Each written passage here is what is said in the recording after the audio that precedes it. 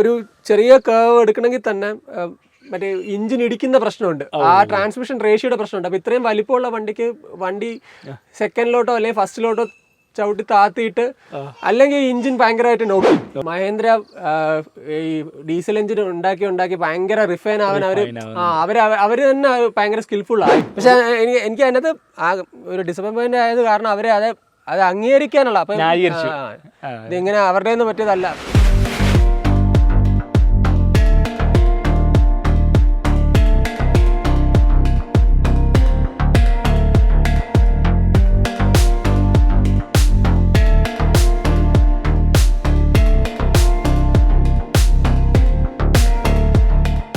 ലക്ഷം രൂപയൊക്കെ നോക്കിക്കഴിഞ്ഞാൽ സോണറ്റിന്റെ ഫുൾ ഓപ്ഷനും കിട്ടും, സെൽട്ടോസിന്റെ ബേസ് ഓപ്ഷനും കിട്ടും. ഞാൻ പ്രിഫർ ചെയ്യുകയാണെങ്കിൽ ഒരു 15 ലക്ഷത്തിന്റെ ഒരു കുറച്ചുകൂടെ വലിയ വണ്ടി കിട്ടുമല്ലോ എന്ന് ഞാൻ ആലോചിക്കില്ല. ആ പ്രൈസ് റേഞ്ച് കിട്ടുന്ന ഏറ്റവും ബെസ്റ്റ് ഓപ്ഷൻ ഈ അലക്സ ഉണ്ട് ഇൻബിൽട്ട്. അപ്പോൾ അലക്സ വോയിസ് ക്യാപ്ചർ ചെയ്യുന്നതൊക്കെ ചില സമയത്ത് ഭയങ്കര, ഈ അലക്സ എന്നുള്ള പേരിന് സാമ്യമുള്ള എന്ത് വാക്ക് കേട്ടാലും അത് പിടിക്കും. അപ്പം മോനൊക്കെ ഇരുന്ന് ഇടയ്ക്ക് അച്ഛ എന്ന് വിളിക്കുമ്പോഴത്തേക്ക്. എല്ലാവർക്കും നമസ്കാരം. അപ്പോൾ നമ്മുടെ ഇന്ന് പുതിയ വിശേഷം അല്ലെങ്കിൽ പുതിയ വണ്ടി വിശേഷമായിട്ട് വന്നേക്കുന്നത് എല്ലാവരുടെയും ഒരു മോഹവണ്ടി എന്ന് വേണം പറയാമല്ലോ മഹേഷേട്ടാ. നമ്മുടെ വണ്ടിയുടെ വിശേഷങ്ങൾ പറയാൻ വന്നേക്കുന്നത് മഹേഷേട്ടനാണ്. മഹേഷേട്ടനെ വീട്ടിലേക്ക് സ്വാഗതം ചെയ്യാം. മഹേഷേട്ടാ എന്നുണ്ട്? അപ്പം നമ്മുടെ അറിയാലോ SUV 700 ആണ്. ഏകദേശം ഇറങ്ങിയ സമയത്ത് ഒരു ഇന്ത്യൻ മിനി ടെസ്ല എന്നൊക്കെ അറിയപ്പെട്ടുകൊണ്ടിരുന്ന കാറാണ്. കാര്യം വെച്ചാൽ ആദ്യമായിട്ട് അഡാസ് ഫീച്ചേഴ്സിൻ്റെ ഒരു എക്സ്ട്രീം വെർഷൻ ഒക്കെ ഇറങ്ങിയല്ലേ. അപ്പം നമ്മുടെ SUV 700 അപ്പോൾ എടുത്തിട്ട് എത്ര ആളായി? ഞാൻ എടുത്തിട്ട് ഇപ്പോൾ 3 മാസം ആവുന്നു. 3 മാസം ആകുന്നുള്ളൂ അല്ലേ? ഓക്കെ. അപ്പം ഏറ്റവും ലേറ്റസ്റ്റ് ഉണ്ട് 2023 ഏകദേശം അതാണ്, അധികമായിട്ടില്ല. ഏറ്റവും ലേറ്റസ്റ്റ് ഫ്രഷ് അത്യാവശ്യം അഡ്വാൻസ് ഫീച്ചേഴ്സ് എല്ലാം, അതായത് അപ്ഡേഷൻസ് എല്ലാം വന്നേക്കുന്നത്. ഇപ്പോൾ ഇറങ്ങിയിട്ട് തന്നെ ഏകദേശം 1-2 കൊല്ലം ആയിട്ടുണ്ട് വണ്ടി അല്ലേ. ഒരു എങ്ങനെ ഈ SUV 700 കാര്യം വെച്ചാൽ ഒരു അത്യാവശ്യം ഒരു മിനി ബഡ്ജറ്റുള്ള ആൾക്കാരായിരിക്കും. കാര്യം വെച്ചിട്ടുണ്ടെങ്കിൽ ഈ സെഗ്മെന്റിൽ കുറേ വണ്ടികളും കുറവുണ്ടല്ലേ. ശരിക്കും ഇതിനെക്കുറിച്ച് റിസർച്ച് ചെയ്തായിരുന്നു അല്ലെ? വേറെ വണ്ടികൾ ഞാൻ നോക്കി. ഞാൻ എൻ്റെ ആദ്യത്തെ ഒരു ആഗ്രഹം ക്രിസ്റ്റ ആയിരുന്നു. Innova Crysta. ഞാനിങ്ങനെ വണ്ടി എടുക്കാൻ ഉള്ള സമയം അടുത്തോണ്ട് വന്നപ്പോഴത്തേക്ക് എനിക്ക് ഓട്ടോമാറ്റിക് എന്നുള്ള ഓപ്ഷൻ എനിക്ക് നിർബന്ധമായിരുന്നു. അപ്പോൾ ആ സമയം ആയപ്പോഴത്തേക്ക് ക്രിസ്റ്റ ഓട്ടോമാറ്റിക് സ്റ്റോപ്പായി. വണ്ടി കിട്ടുമായിരുന്നു, പക്ഷെ അല്ല, മാനുവൽ ഓപ്ഷൻ മാത്രം. മാനുവലിനകത്ത് Z മാനുവലും G മാനുവലും, അതിൻ്റെ ഇടയ്ക്കുള്ള ഓപ്ഷനും ഇല്ല. ഈ 2 ഓപ്ഷൻ മാത്രമേ ഉണ്ടായിരുന്നുള്ളൂ ഞാൻ വണ്ടി എടുക്കുന്ന സമയമായപ്പോൾ. അതും ഓട്ടോമാറ്റിക് ഒരു കംപ്ലീറ്റ്ലി നിർത്തി. ഈ വണ്ടി ഓൺ ഡിമാൻഡ് അവർക്ക് ഉണ്ടെങ്കിൽ എവിടെ നിന്നെങ്കിലും എടുത്തു തരാമെന്നുള്ള ഒരു ഓപ്ഷൻ മാത്രമായിരുന്നു. അപ്പോൾ ക്രിസ്റ്റ എന്നുള്ള ഓപ്ഷൻ ഡ്രോപ്പായി. പിന്നെ ഉള്ള എൻ്റെ ഒരു ഓപ്ഷൻ എന്ന് പറയുന്നത് ജീപ്പായിരുന്നു, കോമ്പസ്. പിന്നെയും ഈ പറഞ്ഞ പോലെ എനിക്ക് ഓട്ടോമാറ്റിക് വരുമ്പോഴത്തേക്ക് എൻ്റെ ബഡ്ജറ്റിൽ നിന്നും ഒരു 6 ലക്ഷം രൂപ മേളിൽ. അന്ന് ഞാൻ ഈ വണ്ടി ഇറക്കുന്ന സമയത്ത് ജീപ്പിന്റെ 4x4 ഓട്ടോമാറ്റിക് മാത്രമേ ഉള്ളൂ. ഡീസലും വേണമായിരുന്നു. കാരണം ഇപ്പൊ നോക്കുവാണെങ്കിൽ തന്നെ ഞാൻ 3 മാസം ആകുമ്പോൾ എന്റെ വണ്ടി 7500 കിലോമീറ്റർ ഓടി. 7000 കിലോമീറ്ററിൽ ഓടി. അപ്പൊ ആവറേജ് എനിക്കൊരു മാസം 2000+ ഓട്ടോ ഉണ്ട്. അപ്പൊ എനിക്ക് പെട്രോൾ എന്നുള്ള ഒരു ഓപ്ഷൻ ചിന്തിക്കാൻ പാടാണ്. അങ്ങനെ ഞാൻ എന്റെ രണ്ടാമത്തെ ഓപ്ഷൻ ജീപ്പിന്റെ പ്രശ്നം ഇതാണ്, ഈ ഡീസലിന് മാത്രമേ ഓട്ടോമാറ്റിക് ഉള്ളൂ, അത് ഫുൾ ഓപ്ഷൻ 4x4 മാത്രം. പക്ഷെ ഇപ്പോ ഒരു ലാസ്റ്റ് മന്ത് 4x2 ഓട്ടോമാറ്റിക് ഇറങ്ങി. ഞാൻ അന്ന് ചിലപ്പോൾ അത് ഇറങ്ങിയിരുന്നെങ്കിൽ എനിക്ക് ഒരു ഓപ്ഷൻ ഒന്നും കൂടെ അപ്പൊ അങ്ങനെ ജീപ്പും അതിൽ നിന്ന് പോയി. പിന്നെ ഈ പറയുന്ന പോലെ ഏറ്റവും പാക്ഡ് ആയിട്ടുള്ള എല്ലാ ഓപ്ഷനും ഫീച്ചേഴ്സും എല്ലാം കൂടെ പാക്ഡ് ആയിട്ടുള്ള ഈ പ്രൈസ് റേഞ്ചിൽ അന്ന് ഈ വണ്ടി ഉണ്ടായിരുന്നുള്ളൂ. ഈ പറയുന്ന സഫാരിക്കൊക്കെ ആണെങ്കിലും അഡാസ് ഒക്കെ വന്നത് ലാസ്റ്റ് മന്ത് ആണ്. അപ്പൊ അന്ന് എനിക്ക് ഓപ്ഷൻ എന്ന് പറയുന്നത് XUV 700 ആയിരുന്നു. പിന്നെ എനിക്ക് ആദ്യം ഞാനൊരു mid size SUV Kushaq Taigun. പിന്നെ എനിക്ക് ആലോചിച്ചപ്പോഴത്തേക്ക് ഈ ഫ്യൂവൽ എഫിഷ്യൻസിയുടെ ഒരു പ്രശ്നവും പെട്രോളിന്റെ പ്രശ്നവും വന്നപ്പോഴത്തേക്ക് പിന്നെ ഞാൻ ഡീസലിലോട്ട്. സ്കോർപിയോ നോക്കിയായിരുന്നു ഈ ബഡ്ജറ്റിൽ. സ്കോർപിയോ ഒക്കെ വരത്തില്ലേ? സ്കോർപിയോ വരുന്നുണ്ട്. പക്ഷെ അതിനകത്ത് ലെങ്ത് സെയിം ആണ് സ്കോർപിയോ ആയിട്ട്, പക്ഷെ ഇതിനകത്തുള്ള പൊക്കവും വലിപ്പവും സ്കോർപിയോ കൂടുതലാണ്. കംഫോർട്ടും വ്യത്യാസമുണ്ട്. എനിക്ക് ഈ പറയുന്ന പോലെ ഞാനിപ്പോൾ താമസിക്കുന്ന എൻ്റെ വീട് അവിടെ എല്ലാം എനിക്ക് ഇത് തന്നെ കറക്റ്റ് ഫിറ്റാണ്. സ്കോർപിയോ എന്ന് പറയുമ്പോൾ എനിക്ക് കുറച്ചും കൂടെ വലിയ വണ്ടിയാവും. പിന്നെ ഇതിന്റെ ഒരു ഗുണം എന്ന് പറഞ്ഞു കഴിഞ്ഞാൽ ഇതിന്റെ ഹാൻഡിലിംഗ് ഭയങ്കര സുഖമാണ് സ്കോർപിയോ വെച്ച് കമ്പയർ ചെയ്യുമ്പോഴത്തേക്ക്. സ്കോർപിയോ എന്ന് പറയുമ്പോൾ കുറച്ച് ബോർഡർ റോള് ബോഡി റോളിന്റെ മാത്രമല്ല ഞാൻ പറഞ്ഞത്, ഇതിന്റെ സ്റ്റിയറിംഗ് കൺട്രോൾസ് എന്നൊക്കെ പറയുമ്പോൾ നമ്മുടെ ഞാൻ ഇതുപോലത്തെ സ്റ്റിയറിംഗ് കൺട്രോൾ കണ്ടിട്ടുള്ള പണ്ട് ഹ്യുണ്ടായുടെ വണ്ടികൾ മാത്രമാണ്. നമ്മുടെ ഈ i20 ഒക്കെ ഓടിക്കുമ്പോൾ ഭയങ്കര സ്മൂത്ത് സ്റ്റിയറിംഗ് ഫീൽ ഉണ്ടല്ലോ, അതേ ഫീലാണ് ഇതിന്. അപ്പം എവിടെയെങ്കിലും ഞാൻ കൊണ്ട് പാർക്ക് ചെയ്യണമെങ്കിൽ ഒരു 5 പ്രാവശ്യം വളയ്ക്കണമെന്നുണ്ടെങ്കിൽ എനിക്ക് ആ ബുദ്ധിമുട്ട് തോന്നൂല ഈ അതായോണ്ട്. സ്കോർപിയോക്ക് പക്ഷേ അത്രയും സ്മൂത്ത് ആയിട്ടുള്ള ഒരു സ്റ്റിയറിംഗ് അല്ല എനിക്ക് ഫീൽ ചെയ്തത്. പിന്നെ ഈ വലിപ്പത്തിന്റെ വേറൊരു പ്രശ്നവും അതൊക്കെ കൊണ്ടാണ് ഞാൻ പിന്നെ ഇതിലോട്ട് ചൂസ് ചെയ്തല്ലേ. ഇപ്പൊ ഞാനിപ്പോ മഹേഷേട്ടന് വീട്ടിൽ നിന്ന് വണ്ടി ഇറക്കിയപ്പോൾ ഞാൻ പറഞ്ഞു, ഇതിപ്പം സ്ഥിരമായിട്ട് ഇറക്കുന്ന ഒരാൾക്ക് കയറ്റിടാനും ഇറക്കിടാനും ഈസി ആയിട്ട് വരുള്ളൂ. കാരണം വെച്ചാൽ ഒന്ന് റിവേഴ്സ് എടുത്ത് അല്ലേ, ഇച്ചിരി പ്രാക്ടിക്കാലിറ്റി ആണ്. കാരണം വെച്ചാൽ ഇത്രയും ഞാൻ ആദ്യം ചെന്നപ്പോൾ ഒന്ന് അതിശയിച്ചു കേട്ടോ. കാര്യം വെച്ചിട്ട് ഇത്രയും വലിയ വണ്ടി ആ ചുരുങ്ങിയ സ്ഥലത്ത് കയറ്റിയിട്ടേക്കുന്നത്, അപ്പോൾ സ്ഥിരമായിട്ട് യൂസ് ചെയ്യുന്നത്. അപ്പോൾ ആ ഒരു കംഫോർട്ട്നെസ് ആണ് മെയിനായിട്ട് ചൂസ് ചെയ്തത് അല്ലേ. ഇപ്പം നമുക്ക് ഈ സെഗ്മെന്റിൽ ഇപ്പം നമ്മുടെ ഇത് നോക്കിയായിരുന്നു, എം ജിയുടെ വണ്ടി ഡീസൽ ഓട്ടോമാറ്റിക് അവൈലബിൾ ആയിരുന്നല്ലോ. MG എനിക്ക് അങ്ങനെ താല്പര്യം തോന്നിയില്ല. MGയുടെ ഞാൻ ഇപ്പോഴല്ല, MG ആദ്യം എനിക്ക് വണ്ടി ഇറങ്ങിയ സമയത്ത് ഞാൻ പോയി ടെസ്റ്റ് ഡ്രൈവ് ചെയ്തായിരുന്നു.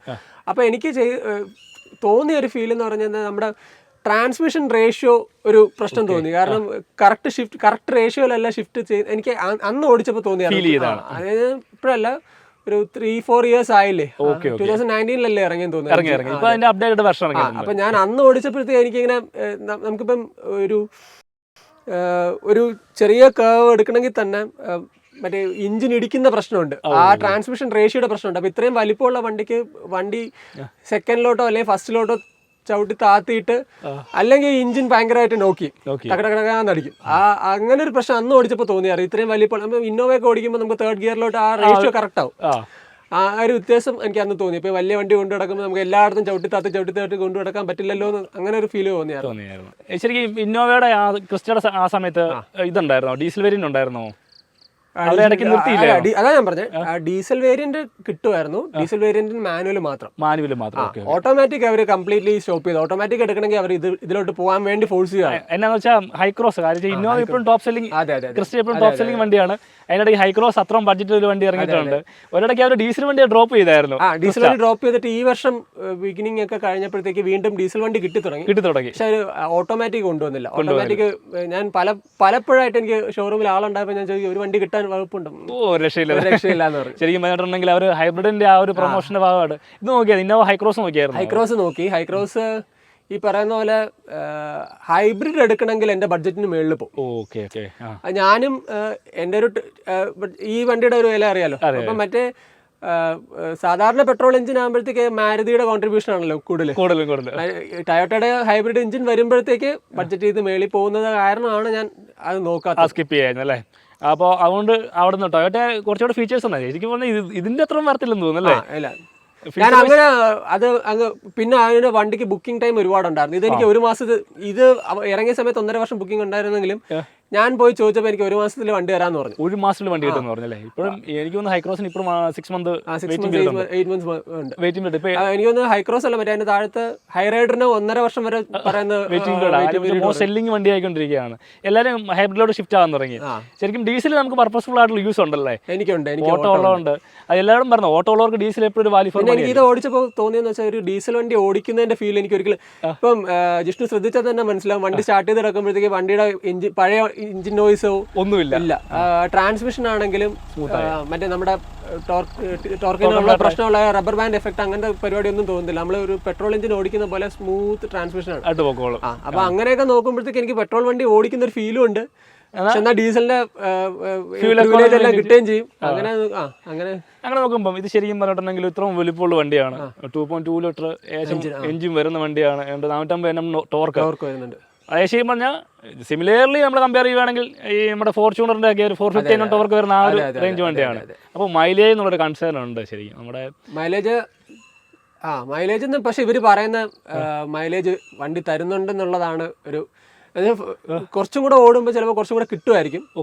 ഇപ്പൊ പക്ഷെ എനിക്ക് ആവറേജ് ഞാൻ എൻ്റെ യാത്രയുടെ ഒരു നേച്ചറും കൂടെ ആണോ എന്നറിയില്ല. കാരണം ഞാൻ സ്ഥിരം പോയി വരുന്ന 7,500 കിലോമീറ്റർ ഓടിയെങ്കിലും ട്രിവാൻഡ്രം കോട്ടയം എല്ലാ വീക്കും ഞാൻ പോയി വരുന്നുണ്ട്. അപ്പൊ എനിക്ക് കൂടുതലും അങ്ങനെ ഒരു ഹൈവേ ക്രൂസ് ആയതുകൊണ്ടാണോ എനിക്ക് മൈലേജ് കൂടുതൽ കാണിക്കുന്നതെന്ന് എനിക്കറിയില്ല. പക്ഷെ എനിക്കൊരു 14.5 ആവറേജ് കാണിക്കുന്നുണ്ട്. ഓക്കെ, ഞാൻ ഇത് അന്വേഷിച്ച എല്ലാവർക്കും ഒരു 10, 12, 8 to 12. എനിക്ക് അവിടെ സിറ്റിക്കകത്ത് ഓടുമ്പോഴത്തേക്ക് വ്യത്യാസം വരും. എന്നാലും ഈ വണ്ടിക്ക് ഒരു 12 കിട്ടുക എന്ന് പറഞ്ഞാൽ അത് ഭയങ്കര ഗ്രേറ്റാ. അതാ ഞാൻ ചോദിച്ചു, ഞാനത് ഇറങ്ങിത്തിന് ചോദിച്ചു വന്ന അതാണ്. നമ്മുടെ ഫോർച്യൂണറിനൊക്കെ 8, 6, 8, 10 മാക്സിമം. 10 എന്ന് പറഞ്ഞിട്ടുണ്ടെങ്കിൽ ഫോർച്യൂണറെ സംബന്ധിച്ചുള്ള ഏറ്റവും വലിയ മൈലേജാണ്. അത് ഞാൻ ഇവിടെ പറയാൻ കാരണം വെച്ചിട്ടുണ്ടെങ്കിൽ ഏകദേശം 185 bhp 450 Nm ടോർക്കാണ് വണ്ടിക്ക് വരുന്നത്. അതായത് പവർ ഫിഗേഴ്സ് ഏകദേശം നമുക്ക് ഈക്വലൈസ് ചെയ്യാം.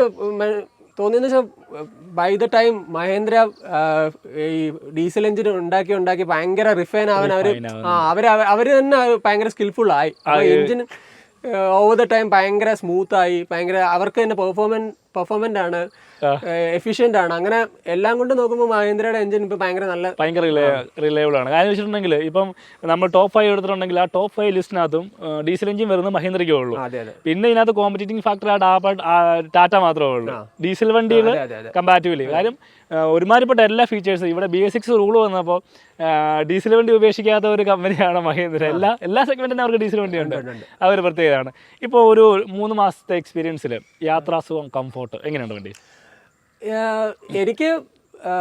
എനിക്ക് പേഴ്സണലി ഭയങ്കര ഞാൻ അപ്ഗ്രേഡ് ചെയ്തത് സ്വിഫ്റ്റിൽ നിന്നാണ്, ഡിസയറിൽ നിന്നാണ്. അപ്പൊ ഇതെനിക്കൊരു ഹ്യൂജ് ഷിഫ്റ്റ് ആണ്. അല്ല, എങ്ങനെയാന്ന് വെച്ചാൽ ഒരു കംഫർട്ട് ലെവലിൽ തന്നെ ഒരു ഹ്യൂജ് ട്രാൻസ്ഫോർമേഷൻ ആണ്. അപ്പം ഞാൻ അങ്ങനെ നോക്കുകയാണെങ്കിൽ ഞാൻ ഭയങ്കര ഹാപ്പിയാണ്. ഈ പറയുന്ന പോലെ ഇപ്പം എനിക്ക് ഒരു യാത്ര ചെയ്ത് തിരുവനന്തപുരം അല്ലെങ്കിൽ ഞാനൊരു എറണാകുളം, ട്രിവാൻഡ്രം വന്നു കഴിഞ്ഞാലും എനിക്കൊരു അടുത്ത ഒരു പരിപാടിക്ക് ഇറങ്ങാനുള്ളൊരു തോന്നൽ, മീൻസ് നമ്മളെ വീട്ടിൽ ടയർഡ് ആകത്തില്ല. പിന്നെ സ്വിഫ്റ്റ് ആകുമ്പോഴത്തേക്ക് ഞാൻ ഓടി വീടെത്തിയപ്പോഴത്തേക്ക് ഇനി എനിക്കൊരു പരിപാടിക്ക് വേണ്ടി ഇറങ്ങാൻ വയ്യാന്നുള്ളൊരു, ഇതാ അങ്ങനെ ഒരു ഫീലൊന്നുമില്ല. അതായത് റൈഡ് ചെയ്യുമ്പോൾ പോലും നമുക്ക് അത്ര മടുപ്പ് വരുന്നില്ല എന്നുള്ളതാണ്. ഓഫ് കോഴ്സ് റൈഡ് ചെയ്യുമ്പോൾ പോലെ തന്നെയാണല്ലോ പുറകോട്ടുള്ള സീറ്റേഴ്സിന്. ഞാൻ ഏറ്റവും പുറകോട്ടുള്ള നമ്മൾ നോക്കുന്നില്ല. ശരിക്കും കമ്പനി തന്നെയാണ് ഡിമാൻഡ്, അല്ല കമ്പനിയുടെ പർപ്പസ്ഫുള്ളി അത് ശരിക്കും നമ്മുടെ ഒരു ഫാമിലി കംപ്ലീറ്റ് പോകണം, 2 പിള്ളേർ പുറകെ ഇരിക്കണം എന്നാണ്. പക്ഷെ ഇപ്പോഴും ആൾക്കാർക്ക് അതിൻ്റെ ആ ഒരു ഇതറിയത്തില്ല. 7 സീറ്റർ എന്നുള്ള ഒരു കൺസേൺ ആണ്, പുറകിലൊരു 3 ആൾക്ക് ഇരിക്കാന്നുള്ള ചിന്താഗതിയാണ്. പക്ഷേ അത് ശരിക്കും ഞാൻ ഇതിൻ്റെ കൂടുതൽ പറയുന്നതേ ഉള്ളൂ. പുറകിലെ സീറ്റ് എപ്പോഴും 7 സീറ്റർ വണ്ടികളുടെ പുറകിലെ സീറ്റ് എപ്പോഴും 2 പിള്ളേർക്ക്, 2 പിള്ളേരെ ഒരു ഫാമിലിയിൽ 2 പിള്ളേരെ കൺസിഡർ ചെയ്തുകൊണ്ടാണ്. അത് നമുക്കുണ്ട്. നമുക്ക് സെൻട്രൽ ഭാഗത്തോട്ട് വരാം. അതിന്റെ കംഫോർട്ട് എങ്ങനെയും പറഞ്ഞു കേട്ടെ.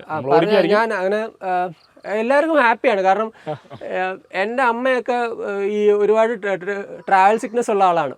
സാധാരണ എവിടെയെങ്കിലുമൊക്കെ പോകുമ്പോൾ ഭയങ്കര ഉലച്ചിലും ഈ പറയുന്നത്ര ബോഡി റോള് വണ്ടിക്കില്ല എന്നാണ് എനിക്ക് മനസ്സിലായത് പേഴ്സണലി. അപ്പൊ അമ്മയ്ക്കും ഇപ്പൊ ഈ പറയുന്ന പോലെ ഇപ്പം പണ്ട് ഈ MC റോഡ് വരിക എന്ന് പറഞ്ഞാൽ അമ്മയ്ക്ക് ഭയങ്കര ഒരു നൈറ്റ് മെയർ ആയിരുന്നു. കാരണം എവിടെയെങ്കിലും എത്തുമ്പോ തന്നെ അമ്മ ഛർദിക്കും. അപ്പൊ ഇപ്പം ആ ഒരു പ്രശ്നമൊക്കെ മാറിയതിന്റെ അർത്ഥം എന്ന് പറഞ്ഞാൽ അതിനകത്ത് ഒരു ട്രാവൽ കംഫോർട്ട് വന്നിട്ടുണ്ടെന്നാണ്. ശരിക്കുമാണ്. അതിപ്പം ഈവൻ കുറച്ച് പ്രായമായവരെ സംബന്ധിച്ചോളം AC, എന്റെയൊക്കെ അമ്മയെ സംബന്ധിച്ചോളം AC ഇട്ട് വണ്ടി ഓടിക്കാൻ പറ്റത്തില്ല.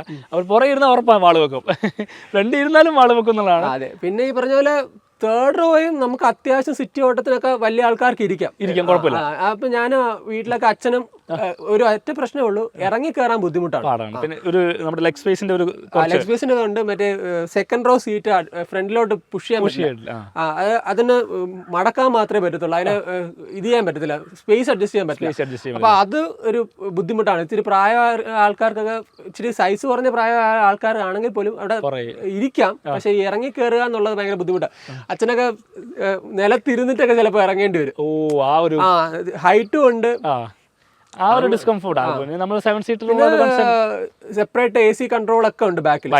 നമുക്ക് ഇവിടെ സ്വിച്ച് ഉണ്ട്, പിന്നെ അവിടെ തന്നെ നോബ് ഉണ്ട്, AC വെൻസ് ഉണ്ട്, അവിടെ തന്നെ ഫാൻ സ്പീഡ് ഉണ്ട്. ഏറ്റവും ലാസ്റ്റിൽ സെൻട്രൽ കംപ്ലീറ്റ് വരുവാണ് ശരിക്കും. അല്ല, ഫസ്റ്റും സെക്കൻഡിനും കൂടെ ഒറ്റ കൺട്രോൾ ആണ്, ഏറ്റവും ലാസ്റ്റിന് വേണ്ടി സെപ്പറേറ്റ് കൺട്രോൾ ആണ് വരുന്നത്. ഇത് നമ്മുടെ ഫോർച്യൂണറിൽ ലെജൻഡറിലൊക്കെ ഓരോ ബാക്കിലും വെന്റ് വരുന്നുണ്ട്. അതായത് മിഡിൽ റോയെ, ബാക്ക് റോയെ എല്ലാം വരുന്നുണ്ട്. പക്ഷേ ഇതിന് വെന്റ് വരുന്നുണ്ട്. ഞാൻ പറഞ്ഞതെന്ന് വെച്ചാൽ അതിന് സെപ്പറേറ്റ് ആയിട്ട് കൺട്രോൾസ് വരുന്നുണ്ട്. നമുക്ക് ഫാൻ സ്പീഡ് ഉൾപ്പെടെ ബാക്കിൽ കൺട്രോൾ ചെയ്യാൻ പറ്റും. പിന്നെ ഒരു ഇതും കൂടെ തോന്നിയെന്ന് വെച്ച് കഴിഞ്ഞാൽ നമുക്ക് ലഗേജ് സ്പേസ് പിന്നെ ഇല്ല. ഒരു സാധാരണ നമ്മുടെ ഒരു ക്യാബിൻ സൈസ് സ്യൂട്ട് കേസ്, നമ്മളിപ്പോൾ ഫ്ലൈറ്റിലൊക്കെ കൊണ്ടുവന്ന ചെറിയ ക്യാബിൻ സൈസ് സ്യൂട്ട് കേസില്ലേ, അതുപോലും ഇത് പുറകെ വെക്കാനുള്ള ഒരു സ്പേസ് ഇല്ല. ഇനി നമുക്ക് യൂസ്ഫുൾ ആയിട്ട് യൂസ് ചെയ്യണമെന്നുണ്ടെങ്കിൽ ബാക്ക് സീറ്റിലോട്ട് മൊത്തം മടക്കിയിട്ട് യൂസ് ചെയ്യാന്നുള്ളതാണ്. ശരിക്കും പറഞ്ഞാൽ കമ്പനി വന്ന് 250 ലിറ്റർ ആണ് ബൂട്ട് സ്പേസ് പറഞ്ഞത്, ആ സംതിങ് ആണ്, അത് കറക്റ്റ് ഓർക്കുന്നില്ല. നമ്മുടെ സർവീസിനെ കുറിച്ചൊക്കെ പറയുവാണെങ്കിൽ മഹീന്ദ്രയുടെ എങ്ങനെയുണ്ട്? മഹീന്ദ്രയുടെ എനിക്കങ്ങനെ ഡീറ്റെയിൽ സർവീസിന് ഒരു ആവശ്യം വന്നില്ല. ഫസ്റ്റ് ജസ്റ്റ് ജനറൽ ചെക്കപ്പും ബോഡി വാഷും ഒക്കെ ഉണ്ടായിരുന്നുള്ളൂ. അപ്പോൾ അത് പക്ഷെ എനിക്ക് കിട്ടിയ ഫസ്റ്റ് ഇംപ്രഷൻ എനിക്ക് അത്ര നല്ല അല്ലായിരുന്നു. അപ്പിയറൻസ് അല്ല, ഈ പറഞ്ഞ പോലെ എൻ്റെ നമ്പർ പ്ലേറ്റ് ഞാൻ രണ്ടാമത് ചെയ്തതാണ്. അതായത് രണ്ടാമത് ചെയ്തതിൻ്റെ അർത്ഥം എനിക്ക് വണ്ടി എടുത്ത സമയം ഞാൻ നമ്പർ പ്രിഫർ ചെയ്തെടുത്താണ്. പഴയ വീട്ടിലെ വണ്ടിയുടെ നമ്പർ തന്നെ എടുത്തതാണ്. അപ്പോൾ ഞാൻ ഈ പറയുന്ന പോലെ അപ്പോൾ വണ്ടി കിട്ടിയ സമയത്ത് എനിക്ക് നമ്പർ പ്ലേറ്റ് കിട്ടിയില്ല. രണ്ടാമത് വന്നപ്പോഴത്തേക്ക് ഈ ഇത് കണ്ട മനസ്സിലാവും റിവറ്റിംഗ് മാർക്ക്. ഇവർക്ക് പറ്റിയ അബദ്ധമാണെങ്കിൽ ഇവർക്ക് അത് അക്സെപ്റ്റ്, ഞാൻ ഏതാ സർവീസ് സെന്റർ എന്നൊന്നും പറയുന്നില്ല, പറ്റിയ അബദ്ധം ആർക്കും പറ്റും, പക്ഷെ അത് അക്സെപ്റ്റ് ചെയ്യുന്നില്ല എന്നുള്ളത് ഭയങ്കര ഒരു ഇതാണ്. നമ്പർ പ്ലേറ്റ് വന്നപ്പോഴേ ഇങ്ങനെയായിരുന്നു, ഡാമേജ്. ഇത് പ്യുവർ നമുക്ക് കണ്ടറിയാം, ഈ സ്ക്രൂ റിവെറ്റ് ചെയ്ത ഇത് ഇവിടെ ഉണ്ട്, ഫ്രണ്ടിലും ഉണ്ട്. 2 നമ്പർ പ്ലേറ്റിൽ റിവെറ്റ് ചെയ്താൽ അക്സെപ്റ്റ് ചെയ്താൽ നമുക്ക് അത്ര പ്രശ്നമില്ലല്ലോ. പക്ഷെ ഇവര് മറ്റേ RTO എന്ന് വരുന്ന നമ്പർ പ്ലേറ്റ് അവിടെ നിന്ന് വന്നതിന്റെ പ്രശ്നമാണെന്നൊക്കെ പറഞ്ഞാൽ, ഇതിപ്പോ RTO ചോദിക്കുകയാണെങ്കിൽ അവർ പറയും കമ്പനിയാണ് അടിക്കുന്നത്. അല്ലേ, ഞാൻ ഷോറൂമിൽ നിന്ന് എനിക്ക് നമ്പർ വന്നപ്പോഴത്തേക്ക് എൻ്റെ സെയിൽസ് പേഴ്സൺ എനിക്ക് ഫോട്ടോ അയച്ചു, അതിനകത്ത് നമ്പർ പ്ലേറ്റിൽ പ്രശ്നമൊന്നുമില്ല. പിന്നെ ഇവർ മാറ്റിത്തരാം എന്നൊക്കെ പറഞ്ഞു. പിന്നെ അതിന്റെ പുറകെ നടക്കാനുള്ള സമയമില്ല, നമ്പർ പ്ലേറ്റ് അല്ലേ. പക്ഷെ ഈ പറയുന്ന പോലെ ഒരു ആനയെ വാങ്ങിച്ചിട്ട് അതിന്റെ നെറ്റിപ്പട്ടത്തിനകത്ത് ഒരു കീറലിടുക പോലെയാണ് സത്യം. കാരണം വെച്ചാൽ ഈ നമ്പർ പ്ലേറ്റ് നമുക്ക് ഇത് ഡാമേജ് അല്ല, ഇത് അത് പോട്ടെ, ഇത് എടുക്കണമെന്നുണ്ടെങ്കിൽ 2-3 മാസം വെയിറ്റ് ചെയ്യണം. ഇപ്പം പുതിയ നമ്പർ പ്ലേറ്റ് സിസ്റ്റം ആയതുകൊണ്ട് നമ്പറൊക്കെ ഉള്ളതുകൊണ്ട് നമ്മൾ FIR എടുത്ത് പഴയ നമ്പർ ക്ലോസ് ചെയ്ത്, ഇല്ലെന്നുണ്ടെങ്കിൽ ഈ നമ്പർ പ്ലേറ്റ് കൊണ്ട് കൊടുത്ത് ഭയങ്കര പ്രൊസീജിയറാണ്. അത് ഒരു ചെറിയൊരു മൈനോട്ട് മിസ്റ്റേക്ക് അല്ലേ. പക്ഷെ എനിക്ക് അതിനകത്ത് ഒരു ഡിസപ്പോയിൻമെന്റ് ആയത് കാരണം അവരെ അത് അംഗീകരിക്കാനുള്ള, അപ്പൊ ഇതിങ്ങനെ അവരുടെ ഒന്നും പറ്റിയതല്ല. ഞാൻ പറഞ്ഞത് റിവെറ്റിംഗ് മാർക്കാണ്, കണ്ടറിഞ്ഞൂടെ ഇത് റിവെറ്റ് ചെയ്തപ്പോഴത്തേക്ക് റിവെറ്റ് തന്നെയതാണ്. അപ്പൊ അവര് നോക്കാം സാർ എന്നൊക്കെ പറഞ്ഞ, അതാണ് നമ്മൾ ആലോചിക്കട്ടെ, നമ്മൾ ഇത്ര ലക്ഷം രൂപയുടെ ഒരു വണ്ടി എടുത്തിട്ട് ഒരു നമ്പർ പ്ലേറ്റിന്റെ പേരിലാണ് നമുക്കൊരു നമുക്ക് ആ ഒരു ഡിസ്കംഫോർട്ട് ഫീൽ ചെയ്താൽ നമുക്ക് ആ മൈൻഡിൽ അങ്ങനെ കിടക്കും. പിന്നെ അതായത് മെയിൻ സർവീസ് അടുത്ത് വരുന്നത് 10,000 ആണ്. പിന്നെ എല്ലാം പീരിയോഡിക് 10,000 തന്നെയാണ് വണ്ടി. ഒരു ലക്ഷറി പ്ലാറ്റ്ഫോമിൽ നിന്ന് ചിന്തിക്കുമ്പോൾ ഈ വണ്ടി ഒരു എക്സ്പെൻസിബിൾ ആണെന്ന് തോന്നുന്നുണ്ടോ? കാര്യം വെച്ചാൽ ഇല്ല, എനിക്ക് മെയിൻ്റെനൻസിന്റെ പ്രശ്നത്തിൽ ഇതുവരെ എനിക്ക് അങ്ങനെ തോന്നിയില്ല. അത്യാവശ്യം മൈലേജും കിട്ടുന്നുണ്ട്. മൈലേജും കിട്ടും. എനിക്ക് എൻ്റെ ഓട്ടത്തിന് എനിക്കൊരു ഞാൻ സ്വിഫ്റ്റ് ഓടിച്ചിരുന്നപ്പോൾ എനിക്ക് വീക്ക്ലി 2000 ഡീസലായിരുന്നു. ഇപ്പൊ അതൊരു 3000 ആയി. 1000 രൂപ ഡിഫറൻസ്. പക്ഷെ അതെനിക്ക് കുഴപ്പമൊന്നും തോന്നുന്നില്ല ഈ ഒരു വണ്ടി ആയതുകൊണ്ട്. 7 സീറ്റർ പ്ലാറ്റ്ഫോം, ലക്ഷറി പ്ലാറ്റ്ഫോമിൽ നിൽക്കുമ്പോൾ അതൊരു വലിയ എമൗണ്ട് അല്ല. ഓക്കെ. ഈ സർവീസ് കോസ്റ്റ് ഒക്കെ അധികം ആവുമെന്ന് പ്രതീക്ഷിക്കുന്നുണ്ടോ? സർവീസ് കോസ്റ്റ് എൻ്റെ 2 കസിൻസ് അല്ല, എൻ്റെ ഒരു ഡിസ്റ്റന്റ് റിലേറ്റീവ്സിന് 2 പേർക്ക് വണ്ടിയുണ്ട്. അപ്പോൾ അവരുടെ ഫസ്റ്റ് സർവീസ് കഴിഞ്ഞതാണ്. അപ്പോൾ അവർ ഫസ്റ്റ് സർവീസിന് 6000 അടുപ്പിച്ചായി എന്ന് പറഞ്ഞു. അപ്പോൾ അത് ഒരു വർഷത്തിലാണ് പ്രോമിസിംഗ് റേറ്റ് ആണ്, കുഴപ്പമില്ല. നമ്മൾ ചിന്തിക്കുമ്പോൾ ലക്ഷറി പ്ലാറ്റ്ഫോമിൽ ചിന്തിച്ചാൽ മതി, ഒരു മിനിമം അല്ലേ. പിന്നെ ഈ പറയുന്ന ചിലർ ഈ പറയുന്ന എനിക്ക് എത്രത്തോളം അറിയത്തില്ല, ഈ നമുക്ക് ഈ കൊളിഷൻ ഡിറ്റക്ഷൻ വാർണിംഗ് ഒക്കെ. അപ്പോൾ നമ്മളിപ്പോൾ കൊളിഷൻ ഡിറ്റക്ട് ചെയ്താൽ വണ്ടി ഓട്ടോമാറ്റിക്കലി ബ്രേക്ക് അപ്ലൈ ചെയ്യുന്നുണ്ട്. അപ്പോൾ അതൊക്കെ ഓൺ ചെയ്ത് കഴിഞ്ഞാൽ ഇതിന്റെ ഡിസ്ക് പാഡൊക്കെ 13,000 കിലോമീറ്റേഴ്സിനകത്ത് പോകുന്നു എന്ന് ഒരുപാട് പേര് കംപ്ലൈന്റ് പറയുന്നുണ്ട്. അപ്പൊ അങ്ങനെയൊക്കെ വരികയാണെങ്കിൽ നമുക്ക് 10,000 കിലോമീറ്റർ കഴിയുമ്പോഴേ വേറൊരു റേറ്റ് ഡിസ്പാഡൊക്കെ മാറാൻ വേണ്ടി വരും. അതില്ലാത്ത വണ്ടികൾക്ക് കുഴപ്പമില്ല, 30,000 വരെ ഓടിയ വണ്ടികളുണ്ട്. ഇത് ഓട്ടോമാറ്റിക്കലി മറ്റേ കൊളിഷൻ ഡിറ്റക്ഷൻ ഒക്കെ ഓൺ ആക്കിയിട്ടേക്കുന്ന വണ്ടികൾക്ക് ബ്രേക്കിംഗ് വരുമല്ലോ. അപ്പൊ അതിന്റെ ഒരു ഡിഫറൻസ്, ബ്രേക്ക് പാഡ് എപ്പോഴും എക്സ്പെൻസീവ് ആണല്ലോ വണ്ടികൾ. അപ്പം ഇത് നമ്മൾ എടുത്തപ്പോൾ വണ്ടി ഓണോട് അന്ന് എത്ര രൂപയായിരുന്നു? എനിക്ക് 29 ലക്ഷം അല്ലേ. ശരിക്കും AX7 അല്ലേ? അതൊരു അൺനെസസറി ക്വസ്റ്റ്യൻ ആണ്, പക്ഷെ എന്തായാലും ഞാൻ ചോദിക്കുകയാണ്. AX7 ലക്ഷറി എന്ന് പറയുമ്പോഴാണ് നമുക്ക് എനിക്ക് തോന്നുന്നു കുറച്ചുകൂടെ ഫീച്ചേഴ്സ് ഉണ്ട്. 360 ക്യാമറ ഉണ്ടെന്ന് തോന്നുന്നു അല്ലേ. പിന്നെ നമ്മുടെ സോണിയുടെ ഒരു സറൗണ്ട് സിസ്റ്റം വരുന്നുണ്ട്. പിന്നെ നമ്മുടെ ഇതിൽ മറ്റേ ഇത് വരുന്നുണ്ടോ, നമ്മുടെ വെന്റിലേറ്റഡ് സീറ്റ്സ് വരുന്നുണ്ടോ? ഇല്ലല്ലോ, വെന്റിലേറ്റഡ് സീറ്റ്സ് മഹീന്ദ്രയ്ക്ക്. എനിക്ക് മനസ്സിലായെന്ന് വെച്ച് കഴിഞ്ഞാൽ വെന്റിലേറ്റഡ് സീറ്റ്സ് ആ ടെക്നോളജി ഹോണ്ടയുടെ ആണ്. അപ്പൊ ഇവർക്ക് ഏതൊക്കെ വണ്ടിയിൽ അതിനകത്ത് ഇതുണ്ടെങ്കിലും പേറ്റന്റ് ഒരു എമൗണ്ട് ഇത് കൊടുക്കണം. അപ്പൊ ഓൾറെഡി വണ്ടി ഇപ്പൊ തന്നെ ഒരു നല്ല എമൗണ്ട് ഉണ്ട്.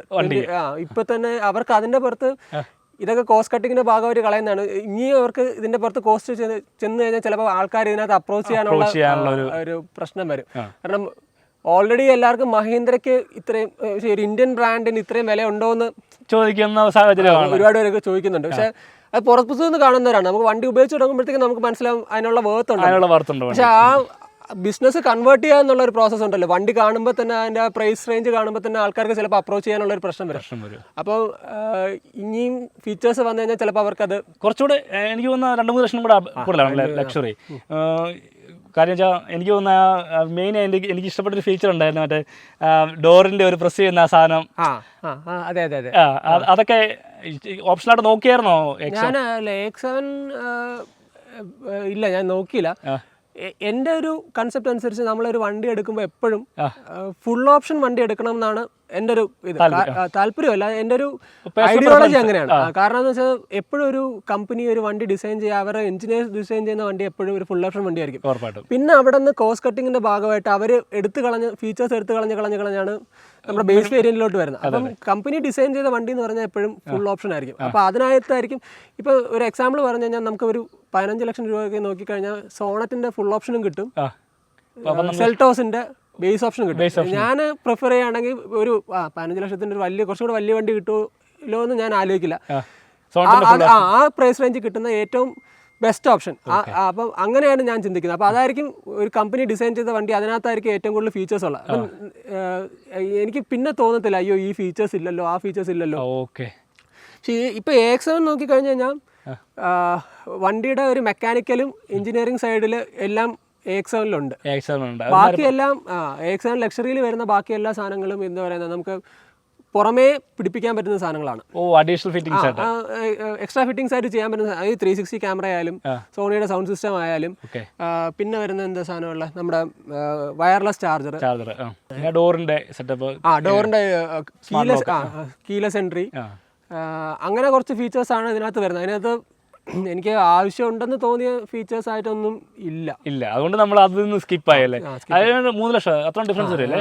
32,000 ഒരു വേരിയന്റ് അടുത്ത വേരിയന്റിനോട് നല്ല ഭേദപ്പെട്ട ഡിഫറൻസ് ഉണ്ട് വരുന്നുണ്ട്. പിന്നെ ഞാൻ വിചാരിക്കുന്നത്, എനിക്ക് തോന്നിയ കുറച്ച് കാര്യങ്ങൾ, ഇപ്പം ഇതിന്റെ തൊട്ട് താഴത്തെ വേരിയന്റ് X5-ലൊക്കെ ഇവർക്ക് ആക്ച്വലി പുഷ് ബട്ടൺ സ്റ്റാർട്ടാക്കി കൊടുക്കാം. 26 ലക്ഷം രൂപ വിലയുണ്ട് അതിന്. അപ്പോൾ 26 ലക്ഷം രൂപ വില കൊടുത്തിട്ട് നമ്മൾ ഡോർ തുറന്ന് പുറത്തിറങ്ങിയിട്ട് മറ്റേ മിറർ തുറന്ന് വെക്കണം, മിറർ അടയ്ക്കണം എന്നുള്ള സെറ്റപ്പ് ആണെന്ന് പറഞ്ഞാൽ അത് ഭയങ്കര ഇവർക്ക് അത്ര 26 ലക്ഷം രൂപയ്ക്കൊക്കെ അത് കൊടുക്കാന്നാണ്. ഓട്ടോമാറ്റിക്കലി ഫോൾഡബിൾ ORVMs-ഉം പിന്നെ ഈ ലക്ഷറി പാക്കിലാണ് നമ്മുടെ വാനിറ്റി മിററിന്റെ ലൈറ്റ് ഒക്കെ പറഞ്ഞത്. അതൊക്കെ എന്ത് ലക്ഷറിയാണെന്ന് എനിക്ക് മനസ്സിലായില്ല. ആക്ച്വലി അതൊക്കെ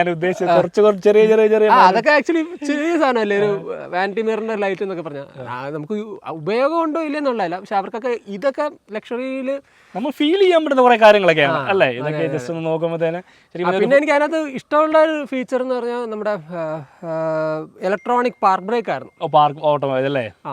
അത് സ്വിച്ച് അതെനിക്ക് തോന്നുന്നു നമ്മുടെ EV-യിലൊക്കെ കണ്ടുവരുന്ന അതൊരു നല്ല രസമുണ്ടായിരുന്നു. നല്ല രസം മാത്രമല്ല ആ ഒരു സ്പേസ് ഭയങ്കര ഫ്രീ ആവും. ആ ഹാൻഡ് ബ്രേക്കിന്റെ ആ ഒരു ഇരിക്കുന്ന സ്ഥലമല്ലേ, അപ്പൊ നമുക്ക് കുറച്ചും കൂടെ ആ ഒരു പാനല് മൊത്തത്തിൽ ഫ്രീ ആവും. ഓക്കെ. അപ്പോൾ നമ്മുടെ റൈഡിങ്ങിനെ കുറിച്ച് പറയുന്നത് പെർഫോമൻസ് പറയുകയാണെങ്കിൽ എങ്ങനെയുണ്ട് വണ്ടി? ഒരു പെർഫോമൻസ് അല്ല, ഈ പറയുന്ന പോലെ ഞാൻ സ്പോർട്സ് മോഡിൽ 1-2 പ്രാവശ്യം മാത്രമേ ഇട്ടിട്ടുള്ളൂ. മോഡിൽ ഇട്ടിട്ടുമില്ല. നമുക്ക് ഇതിനകത്ത് വരുന്ന 3 മോഡാണ്, സിപ്പ്, സാപ്പ്, സൂം എന്ന് പറഞ്ഞ ഡിഫറൻസ് ഉണ്ട് പേരിന്. അപ്പോൾ സിപ്പ് എന്ന് പറയുന്നതാണ് ഏറ്റവും എക്കോ മോഡ്, സാപ്പ് എന്ന് പറയുന്നത് എപ്പോഴുള്ള നോർമൽ മോഡ്, സൂം എന്ന് പറയുന്നത് പേര് പറയുന്ന പോലെ സ്പോർട്സ് മോഡ്. ഞാൻ ഈ സാപ്പിലാണ് ഞാൻ എപ്പോഴും ഓടിക്കുന്നത്, പക്ഷെ അത് ഭയങ്കര സുഖമാണ്. അതിനകത്ത് മൈലേജും കൺവീനിയന്റ് ആയിട്ട് കിട്ടുന്നുണ്ടല്ലേ? ഈ എക്കോ മോഡൽ ഓടിക്കണം മൈലേജ് കൂടുതൽ കിട്ടുന്നുള്ള പ്രതിഭാസം ഉണ്ടോ? എക്കോ മോഡല് ഞാൻ അങ്ങനെ ഓടിച്ച് നോക്കിയിട്ടില്ല. ഒരു ഡിസ്കംഫോർട്ട് ആയിരിക്കും അത്. നമുക്ക് ഇതിന്റെ സുഖം, സാപ്പിന്റെ സുഖം കിട്ടി കഴിഞ്ഞിട്ട് നമുക്ക് ആ എക്കോ മോഡിലോട്ട് പോകുമ്പോഴത്തേക്ക് നമുക്ക് ഈ മറ്റേ എന്താ പറയുന്ന ഈ നമ്മുടെ ഇന്നോവയിലൊക്കെ പണ്ട് ഓടിക്കുന്ന പോലെ ഈ വലിഞ്ഞു കയറുന്ന ഒരു ഇതുണ്ടല്ലോ, വണ്ടി എരഞ്ഞെരഞ്ഞെരഞ്ഞ് കയറുന്ന ഒരു അത് തോന്നും. നല്ല ഡിഫറൻസ് ഉണ്ട് ശരിക്കും. അവിടെ സൂം മോഡ് എന്ന് പറഞ്ഞില്ലേ ഏറ്റവും ടോപ്പ്, അതായത് സ്പോർട്സ് മോഡ്, അതിൽ ഇടുമ്പോൾ സ്റ്റിയറിംഗിന് കട്ടി കൂടുന്നുണ്ടോ? അത് സ്പീഡ് അനുസരിച്ചാണ്, അല്ലാതെ വിഷയം വരുന്നില്ല.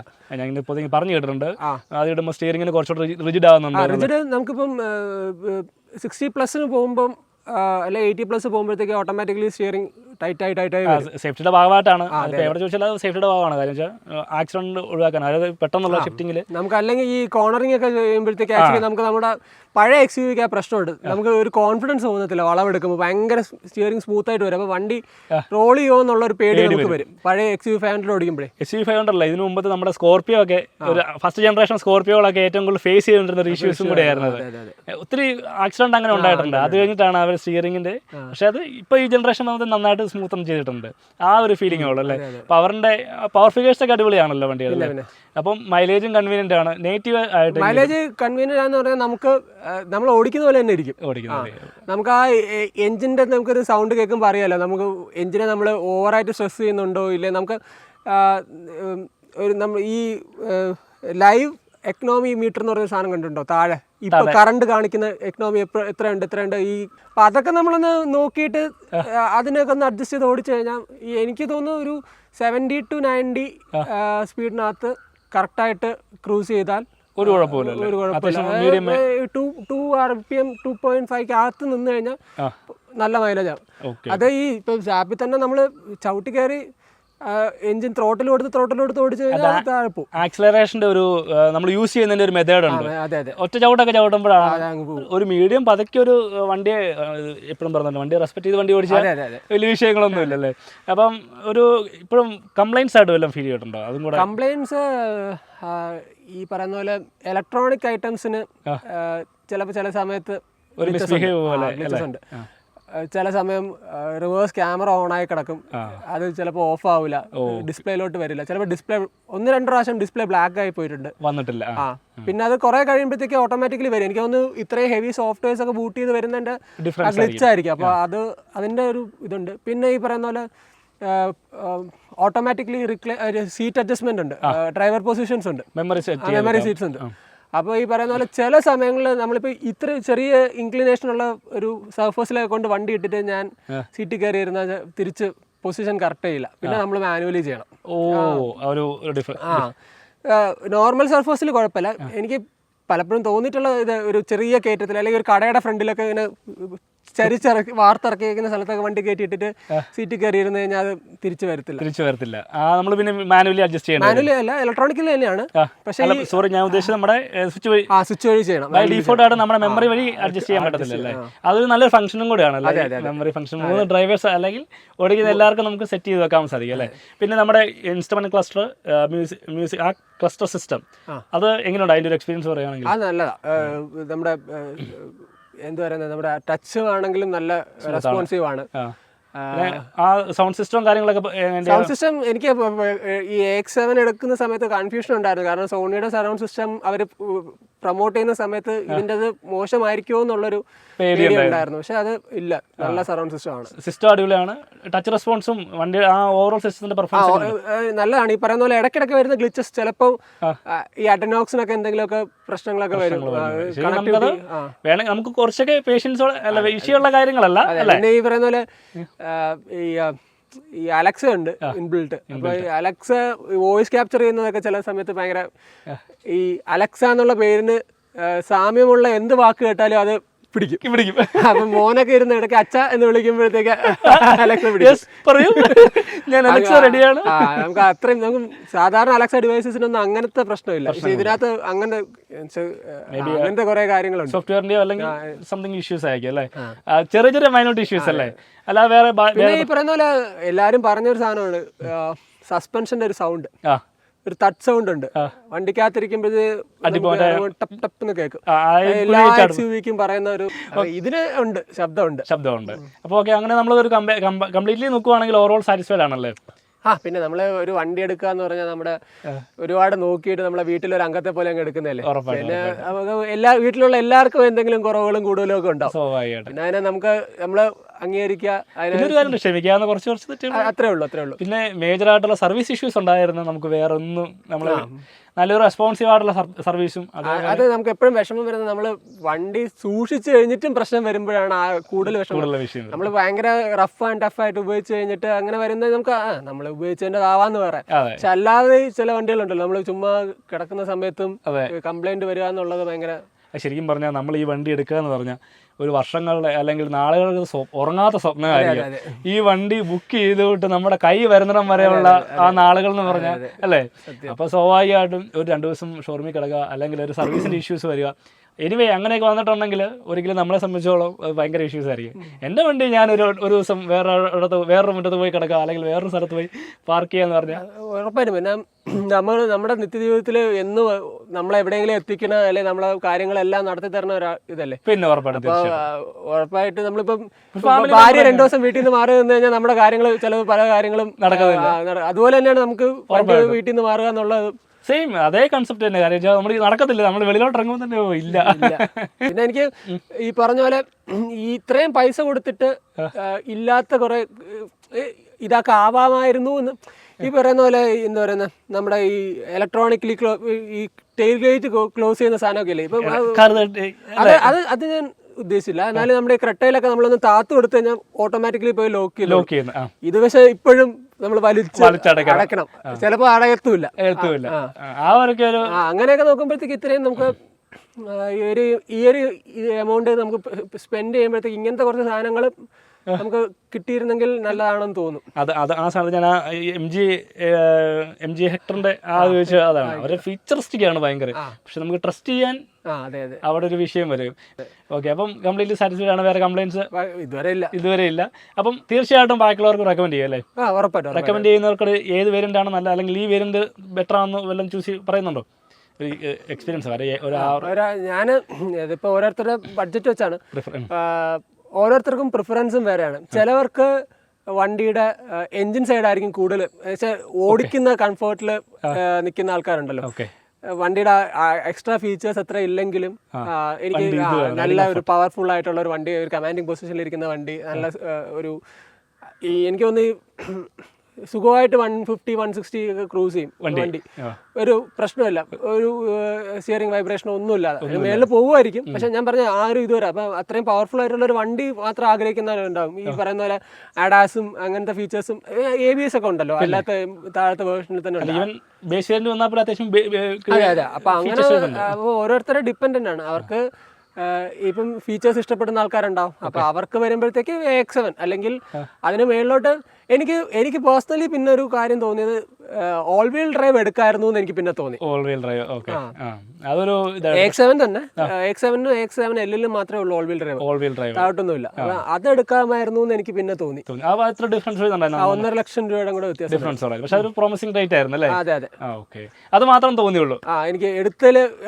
പിന്നെ ഈ പറഞ്ഞ മൈലേജ് ഡിഫറൻസ് വരുന്നുണ്ടോ? ഒരു 1/2 കിലോമീറ്ററിന്റെ ഒക്കെ വ്യത്യാസം. കാരണം 4 വീലിലും പവർ അപ്ലൈ ചെയ്യല്ലേ, അപ്പൊ അതിന്റേതായ ഒരു മൈലേജ് ഡ്രോപ്പ് ഉണ്ടാവും.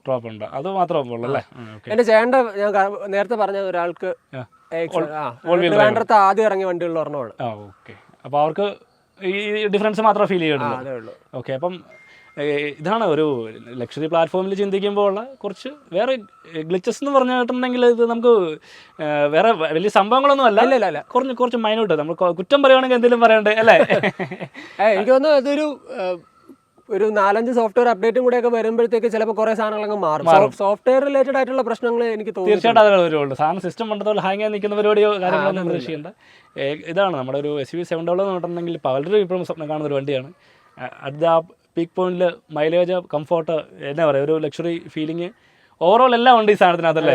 ഒരു നല്ലൊരു എക്സ്പീരിയൻസ് ആണ്. അപ്പോൾ ഇതാണ് ഇതിൻ്റെ ഒരു വിശേഷങ്ങൾ. അപ്പോൾ ഇതേപോലെ അടുത്ത വീഡിയോ ആയിട്ട് വരാം. അപ്പോൾ എന്നെ ആളും മഹേഷ് ചേട്ടന് സ്പെഷ്യൽ താങ്ക്സ് കേട്ടോ രമേശ് ചേട്ടാ. Thank you. ഓക്കെ, അപ്പം പുതിയ വീഡിയോ ആയിട്ട് വരുന്നിടം വരെ this is Jishnu Marar signing off.